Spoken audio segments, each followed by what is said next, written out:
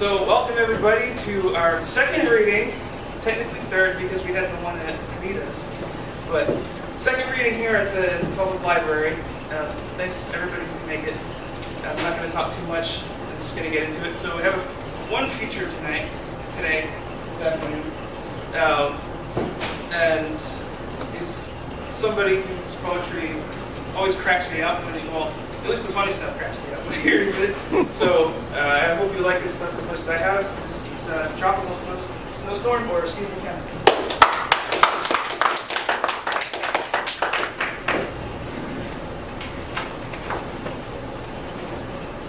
Look at me. Look at me. I am the captain now. I was a fantasy of mine ever since I saw Captain Phillips that I wanted to say that when a little skinny pirate says that. So that was my first. And one day, if the universe works like I want it to, I'll have a chance to do the Darth Vader evil dictator quote that goes, "Leave us." I'm still waiting on that to happen. Then these other ones, there's several that haven't happened yet. Hopefully the universe will make that possible. So the first piece that I wanted to start with was Popcorn Sandals, and I did this when I first joined my friends at Poets Anonymous. That was one of the earlier pieces I wrote after getting hooked up with them, and I was first getting back from overseas. I wish I were on a beach at midnight with nothing on my mind but barracuda and yogurt sauce. My evening spent with pirated movies, watched with strangers in the back of a beach bar, eating popcorn out of my sandals like Jerry Garcia, and priming to hit on a 19-year-old, stoned on mushrooms and just a few steps from the edge. I wish I had a vacation girlfriend with a common name but a unique spelling like Stefani or Cyndi. My days spent testing the theory that a black hole eventually evaporate if filled with enough matter. Delightful delusion of overt connection to the other human debris floating in the space where life sank beneath the waves. I wish I lived in a new place so I could walk alone but still feel the hope of exploration. Weeks spent with every untried turn becoming an adventure into the unfamiliar. Beloved self-deceptions that witticisms like "home is where the heart is" might imply mind can be found alive and well elsewhere. This next one was inspired by, so it's a fairly recent piece. It was inspired by an old Turkish place that used to be right up the street from here when I was in college at George Mason, and I always had that in my mind as a place I wanted to explore in my writing. It's called Topkapi. I shift in my seat and turn the page of a menu, trying in vain to make up my mind, while simultaneously attempting to listen to my dinner companion over the gentle hum of conversation floating around the room. The phone in my pocket vibrates to announce the arrival of a text message sent by someone for whom a direct verbal exchange was inopportune, doubtless containing abbreviations and symbols for various facial gestures. An image comes to mind of monks in heavy robes copying the great works of mankind into the air, using inkless quills whose movements scatter dust particles visible in the pools of light around their candles. Truth be told, this would preserve these links with the past in a medium only slightly less durable than electrons on a hard drive, or ink on paper in the book some still place strategically to subtly convey various interests to others. We are meeting at a Turkish restaurant that took over the location of an old steak and ale, where the antiqued pictures of Wild West scenes were replaced by etchings of Ataturk in various settings of patriotic significance. In one version, he sits on horseback near a line of cannon, wielding a saber over his head, presumably calling down fire on our fellow English speakers at Gallipoli, or perhaps he is just defending us from food poisoning. Inexplicably, I am sure I hear a version of Miles Davis's Bitches Brew playing, while my cohort tells me of a truly epic idea, as revolutionary as spinning hubcaps or in-flight airsick bags, or even pre-made slip covers. Outside, the leaves have turned from blazing tones of scarlet and orange to lifeless brown, their brittle stems releasing from branches to flitter down and collect in piles where they lay indistinguishable and forgotten. The next one have allergies, so I have to drink.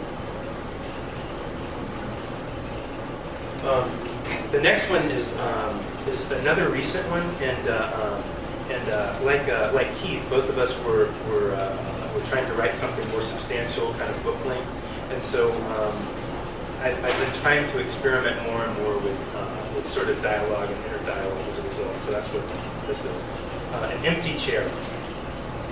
And she always expected things would get better, so she waited, staring at the empty chair across the table, until enough dust had gathered in the seat to use her finger to draw a heart with an arrow through it. But she never did. Seasons drift through their cycles, oblivious to our presence, whether we play in the leaves or observe through a window. She read that somewhere that she could not recall, but chances were it was from a calendar with quotes from the Dalai Lama, or a greeting card purchased at a drugstore, both hung over the desk next to hers at the office among countless similar items. On the one-way bus trip that had brought her here years before, a white guy with dreadlocks and fake Rasta accent tried to kiss her.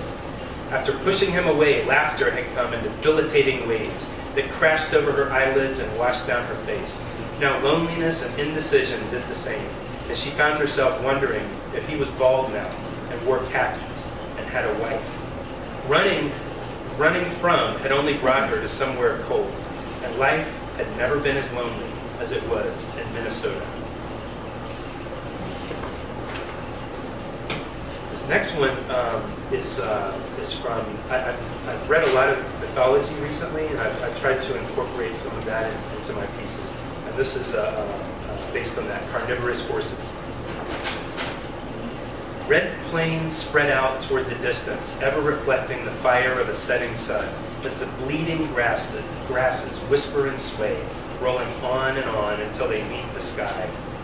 And the eyes of the horses crackle with flames as their hooves strike embers that glow in the thickening air, while hopeless moans rise past their flickering ears, and the wish and the why, and the wish and the why. Arms reach up among the flowing stems, grasping for something unknown and unnamed, as fingers are torn free with a toss of the head and a shake of the mane. Son of Battle once fed these mares the bodies of those seeking refuge under his roof by filling their bellies and feeding the tunes. The wish and the why, and the wish and the why. Teeth chomped down, causing sparks to fly, as mouthfuls of families are swallowed down, to mingle the remnants of those seeking death and those seeking to survive. None endeavor to find themselves here, feeding the horses on the endless plains that have never known a rider or the feel of a saddle, just left forever grazing, flipping their tails. The wish and the why, and the wish and the why. And this next one is a great example, and Nick and I have talked about this one before. It's a great example of a new poetic style, just by somebody kind of being creative and coming up with something you'd never think of. One of my friends that's on a website that I'm on sometimes, darkpoetry.com. He goes by the name Lupus Tenebrae. If you ever go there to find him, he came up with what's called the Lupus Telephone. And so what he does is he takes a telephone number. So if you assume, etc. What he does is he takes a telephone number like 703-555, whatever, and he makes them he tilts the number on its side and he makes these the syllables. So the first line would have 7 syllables. The line with zeros he uses an ellipsis, the three dots, and then 3 syllables and 5 syllables and 5 syllables, and so forth. So you can kind of take, if you're having writer's block or something, you take a phone number from an abuse site. You can write about abuse, or a alcohol, AA hotline, and you can write about addiction. And so it sort of gives you can write about an old girlfriend she'll never know because you used her phone number and she doesn't know to look for that. So that was the sort of thing that I thought was genius, actually. And so I wrote this. It's a very small one, but it's sort of an example of a brand new style by somebody that resides in Pennsylvania, actually. It's called, it's based on the telephone number of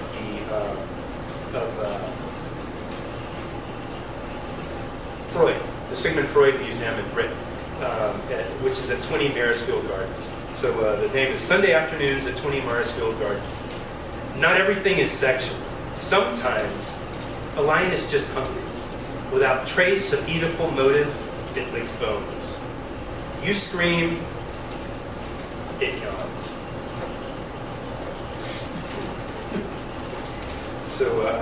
So anyway, brand new style. Use it, spread it around. That would be awesome to see that in a book one day, represented as a style. It's called The lupus teleform.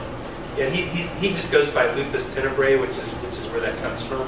But yeah, he lives in Pennsylvania, and he's on darkpoetry.com if you ever want to check his stuff out. He's very prolific, and many of us on that site were always wondering, how does he come up with this really kind of deep stuff?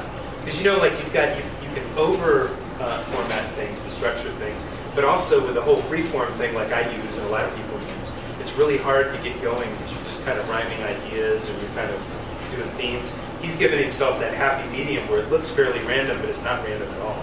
So I thought it was genius. So as a setup to the next one, I don't know if any of you have gotten that ear herpes or the audio herpes that's going around with those Geico commercials and that stupid song from the 80s, the final countdown. I mean, oh my god. Oh my god. And that song sucks on several levels, but one of them that it sucked on being a teenager in the 80s was that it was the lack of self-awareness of the parody, the self-parody that it was. Because it had gotten, the music scene at that point had gotten where it didn't really matter what you played. It was all about image and MTV. So it just, whatever, blah, blah, blah, make up something and sing it. I don't care. We can mix it in the studio. But what you want is someone good-looking and young, with long hair, tight pants, just flip your hair back, blow it in the wind, and, use the microphone like it was a Harry Potter broom to fly around the stage. That was the only thing. No one cared about the music anymore. These dumb, over-rhyming songs with it was crazy. But it's an example of the kind of thing that's every era has things like that. We've got our own things like that. Guys that dress like lumberjacks, but they're wearing expensive designer clothes, and $60 or $100 plaid shirts. Or easy feel-good activism.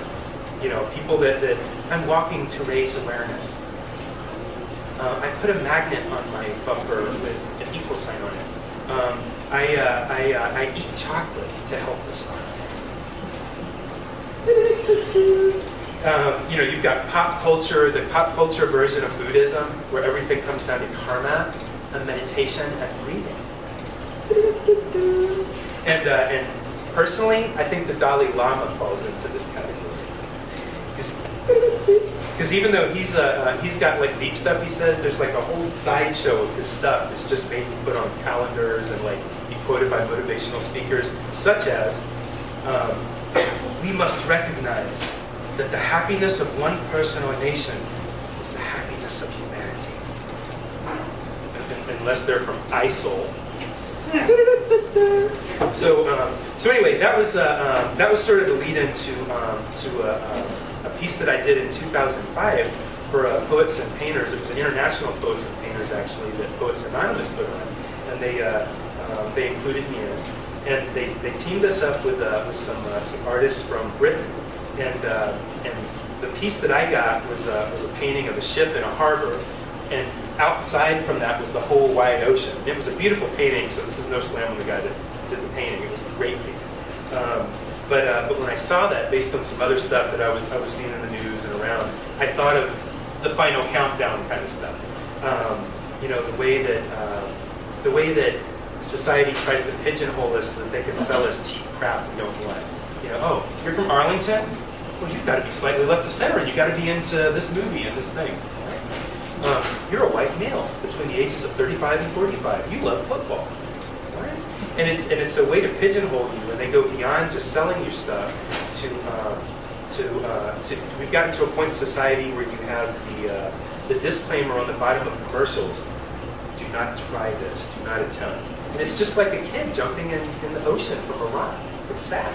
And questions like, are you an artist or a businessman? Are you a writer or an accountant? I mean, you can can be both. We all know you can't make a living at writing anymore. So we're all both of something. So all that was sort of influenced in this piece. So it was Head for Open Waters. That's the name of it. Now I lay me down to sleep.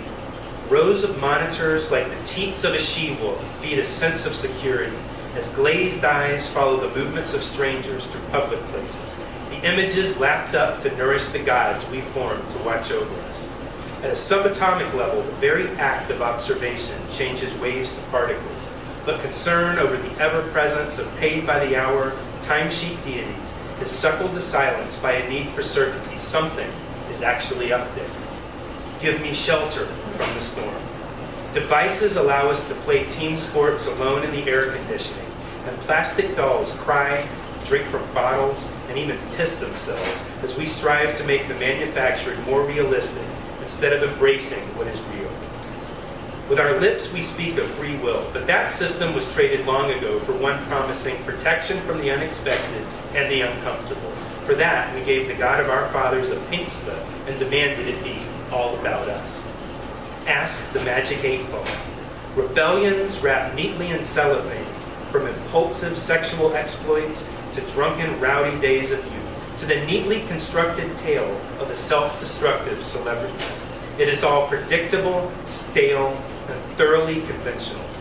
In a world where the thick sands of inertia grind the gears of creativity to a halt, we are expected to crave the same mass-produced, made-in-China mediocrity, but never be satisfied because we suspected somehow it should have been better. Anchors aweigh. Open waters call to us from past the shoreline, and we should not believe places that can't be controlled are too dangerous to be explored. Harbors exist to prepare us for adventures, not hide from them. I want a wife that disagrees with me. I want children that talk back. I want to eat lunch somewhere the owner actually works and has enough pride in his menu that if I don't like it, he tells me to go screw myself. All the great things are simple. And the next one is Omne ignotum pro magnifico. What is unknown is thought to be magnificent. So please indulge me as I share vague imagery from the safety of my fortress of misdirection by talking around and around and around and around. Children squeal with heartbreaking laughter as they ride carousels constructed in a nightmare. To teach them being impaled with mechanized authority can be beautiful, and moving in circles is an adventure. Just down the hill sits a shack painted white, inside and out, because that is an easy choice that matches everything, to include the plastic flowers and neat rows that will never wilt away. The lady who lives there is part chameleon, so if she invites you in for a beer, you never know if she really means it, or if she is secretly horrified you don't know to refuse. There's a guy up the street that wears a mask with no mouth, so as not to offend with a smirk or a frown, and I wonder if anyone knows who he is that could give a description if he disappeared. I marvel at how frequently seductive this approach seems in a world where so few are truly accepted for who they are, allowing the absence of love in others to steal the joy of the sun on their face. Descendants of dinosaurs tear open a meal to spread it before them over the ground, but they get no respect and are chased away with a broom because now they're just crows feasting on trash. At the edge of a graveyard, on the edge of town is a graveyard with a freshly dug plot amidst rows upon rows and a manicured lawn. And the only thing written on the stone is, "Here lies," with no one seen standing around. And these are the things that scare me. And